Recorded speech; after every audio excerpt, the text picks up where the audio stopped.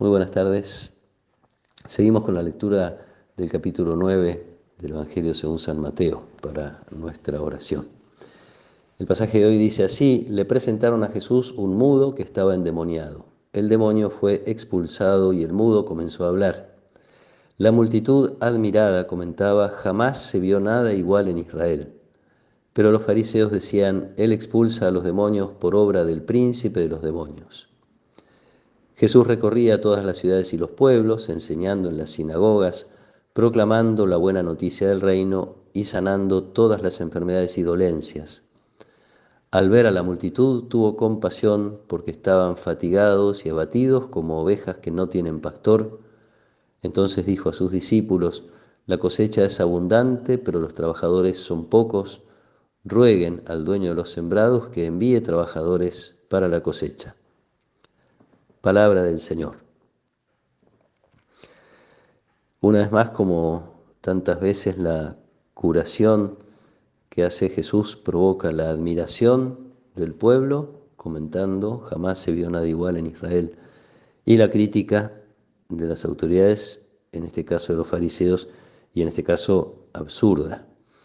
Mateo no nos cuenta el diálogo que después tiene Jesús con ellos para mostrarles el sinsentido de este argumento que con el poder del príncipe de los demonios va a expulsar a los demonios. Jesús pasa, nos cuenta el Evangelio, haciendo aquello para lo que vino, recorre ciudades y aldeas anunciando el reino a través de su enseñanza y también verificando la presencia de ese reino a través de la curación de enfermedades y dolencias. En ese recorrido por ciudades y aldeas se despierta la compasión de Jesús. Ve a la multitud y las ve como ovejas sin pastor. Una expresión tomada de la historia del pueblo de Israel, tomada del Antiguo Testamento. Esta expresión, ovejas sin pastor, describe en el Antiguo Testamento al pueblo que está disperso y por eso que no tiene unidad y que no tiene rumbo y que no tiene guías.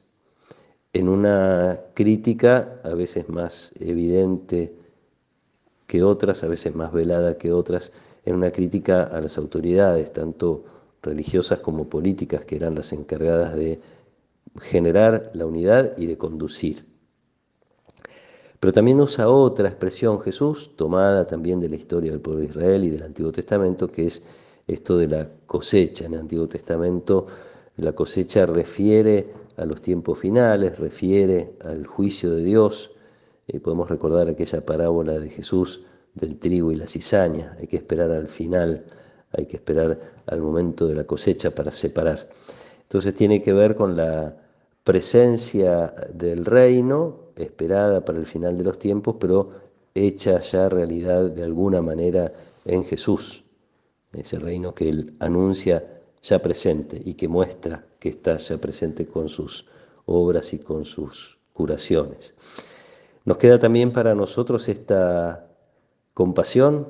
Podemos descubrir muchas veces multitudes, personas, familias, pueblos que están dispersos, que no tienen comunión, que no hay unidad, que no tienen rumbo, que quienes deberían llevar el rumbo o los destinos a buenos lugares y al progreso y al crecimiento no lo hacen. Este dolor que siente Jesús en su corazón, que podemos compartir, que nos lleva a la oración, es lo primero que Jesús le pide a los discípulos: rueguen al dueño de los sembrados que envíe trabajadores.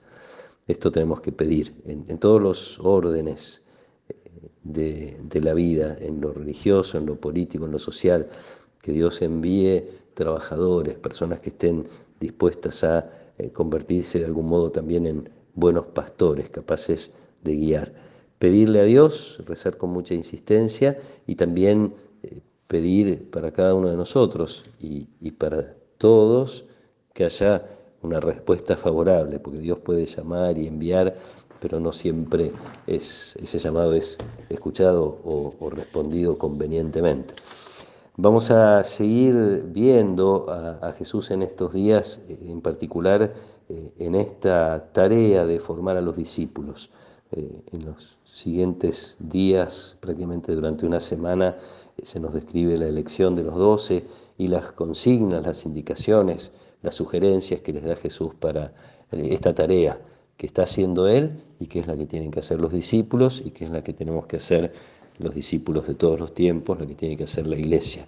Pasar, lo repito para que se nos guarde cada vez más en el corazón, pasar por nuestra vida recorriendo, anunciando, enseñando la presencia del reino y las cosas de Dios y haciendo visible esa presencia a través de nuestras obras, de nuestra capacidad de hacer el bien, de algún modo de curar enfermedades, dolencias, sanar, acompañar, compadecernos con Jesús y tratar de ser, en la medida de nuestras posibilidades, buenos trabajadores para el reino de Dios.